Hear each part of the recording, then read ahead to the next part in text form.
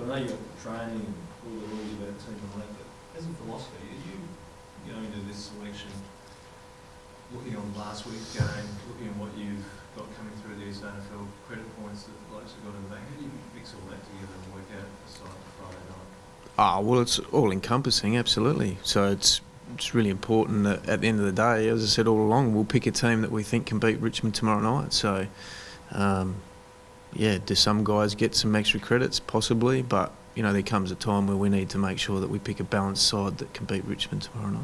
So where do you see Richmond changing the dimensions of what you're doing? I don't think, as I said to you before, it's more about our process and how we want to play more than what Richmond bring. But we've obviously got to keep an eye on their team and the balance of our side versus theirs. So, you know, there's a combination of that.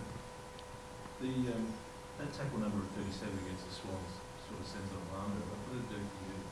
How did you approach it? What did you do in training? Well, we reviewed it heavily in terms of what it looks like and what we need to do. It's always been a work in progress for us.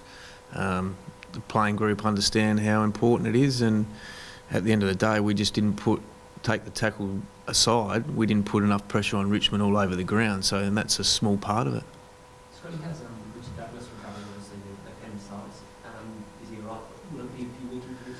Yeah, look, we're not 100% sure, but it's probably a week-by-week thing, depending on, you know, his abdominal, you know, how much he can do. But no, he's in good spirits. Spoke to him yesterday. He seems to be okay. He may be able to get to the game Friday night. Other than that, we'll see how he goes day by day. Scotty, was one of those ones where it was a rush to get it done because he obviously got in a bit of trouble with it, or a little bit of uncomfortableness, and they were able to sort it out without too many concerns? Oh no, I think it was one of those ones that come on reasonably quick. Got to the hospital, and you know, they did some tests, and that was the best way to go about it. So I'm not sure you can muck around with those things. So yeah, look, it's disappointing for Richard and disappointing for us that we're not going to have him tomorrow night. He's a quality player. Probably at this point got as much strength in the SANFL team as you've had over the past couple of years, particularly in the midfield. Plenty of blokes knocking the door down. Yeah, absolutely. It's been like that for a couple of weeks, and probably haven't seen that certainly since I've been here in the last 5 years, that we've had guys playing regularly. Now, some of those guys are still coming back from longish term injuries in Grigg and Kerridge and these sort of guys. So we've just got to make sure that they're up to the rigours of playing AFL when we're ready to pick them. But you know, Ellis Yeoman and Crouch and Lyons and these guys are right up there for selection again. So, for the way Richmond went about its business last week, do you expect them to be that sort of in-face team again? No doubt. I think they've brought that. If you watch their games the last 3 weeks against quality opposition, that's what they've brought. So, you know, that's a model that's obviously worked for them against top 4 sides. So I'd be staggered if they come with any different attitude. Can you coach against that, Scott, or do you just, if they try to do that like they did against Oval, do you embrace it, tell the players to expect it, or can they handle themselves? Well, yeah, have to embrace it. I mean, that's part of AFL footy. If you think that an opposition team's not going to come with that sort of pressure or heat on a Friday night footy in a big game, I'd be mystified. So our players understand that. We've trained for it all week, and I'm sure they'll come with a really fierce attitude tomorrow night. What feedback did you get from the players about the midfield work last week? What feedback did you get from them? Did I get back from my midfield group? I'm not going to go into details, but they were disappointed with the way they executed, you know, some things, and as I said before, we didn't pressure them at all. Is it about changing tactics, or just those guys need to step up in this game? No, we'll back our players and our structures in. So do you only make that one forced change, or do you make more changes given the poor performance last week? We'll weigh all that up this afternoon. Richmond, an example of a team that's maybe stepped up with consistency, something that maybe Adelaide needs to do as well?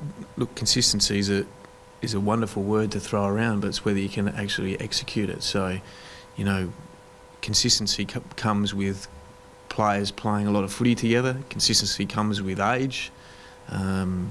Consistency comes with no injuries on your list. So there's all those things that are all tied up in that. So we've still got a youngish list there. There's a lot of guys that are playing only a handful of games, and that's great. That's exciting for this footy club to see those guys under, you know, Friday night footy against the top 8 team, top 4 team potentially on the big stage. It's no better learning place than that.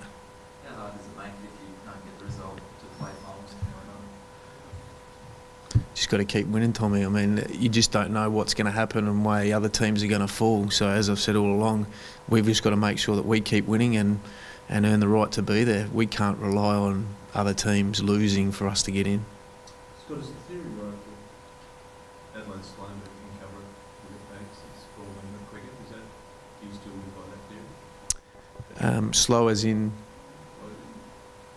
It's not regarded as the quickest team around, particularly around the contest of the midfield. And by your own admission, you say you're being outside runs, so we take it it's not considered as the quickest team going around the AFL. The counter argument's always when you move the ball quickly, you can actually overcome it. Oh, I think it's both.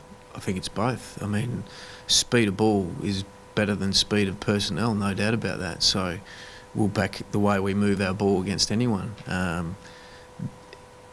Do we need some extra players in terms of that? You know, potentially going forward, we need to keep looking at that, like every other club would need to. So we just got to make sure, as I said, this week against Richmond, we go in with a balanced team that we think we can win. You mentioned the pressure, the lack of pressure against Sydney. Is that purely an attitude and a coach thing, or is it structural as well? No, look, pressure and tackling and all those things are all about intent. So we came up against a Sydney team who were a top 4 side that showed us at the level that you need to get to. So that's a great learning lesson for us. What's the key to beating Richmond? John Worsfold mentioned he was impressed by their patience with the ball and being able to hold on to the ball for a while, and then is that?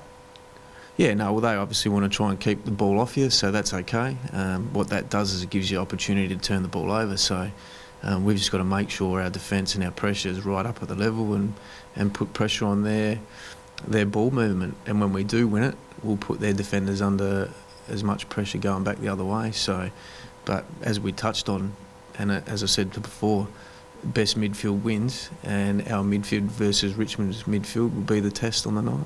Talk about midfield, you're a big student of it. If we go to 80 rotations as is expected, what sort of game do we get? Yeah, look, I'm not sure, Rooch, to be quite honest.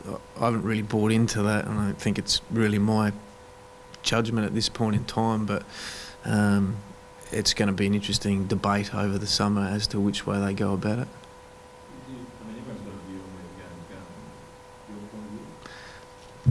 To be quite honest, I'll leave that to the powers that be, Rooch. At the moment, I'm just worried about making sure that we get this team in the right headspace and win as many games as we can to the end of the year, and then we'll make the discussions on where the game should go at the end of the year. Just so we understand that, when you say right headspace and we keep wondering, no one knows what we're going. You're talking about the right headspace to win, or right headspace to actually just even compete for it? No, right headspace to win. How's Brody Martin going? Is he going to have that illness and No, he's had sickness all week, so he hasn't really been in, but he won't be available.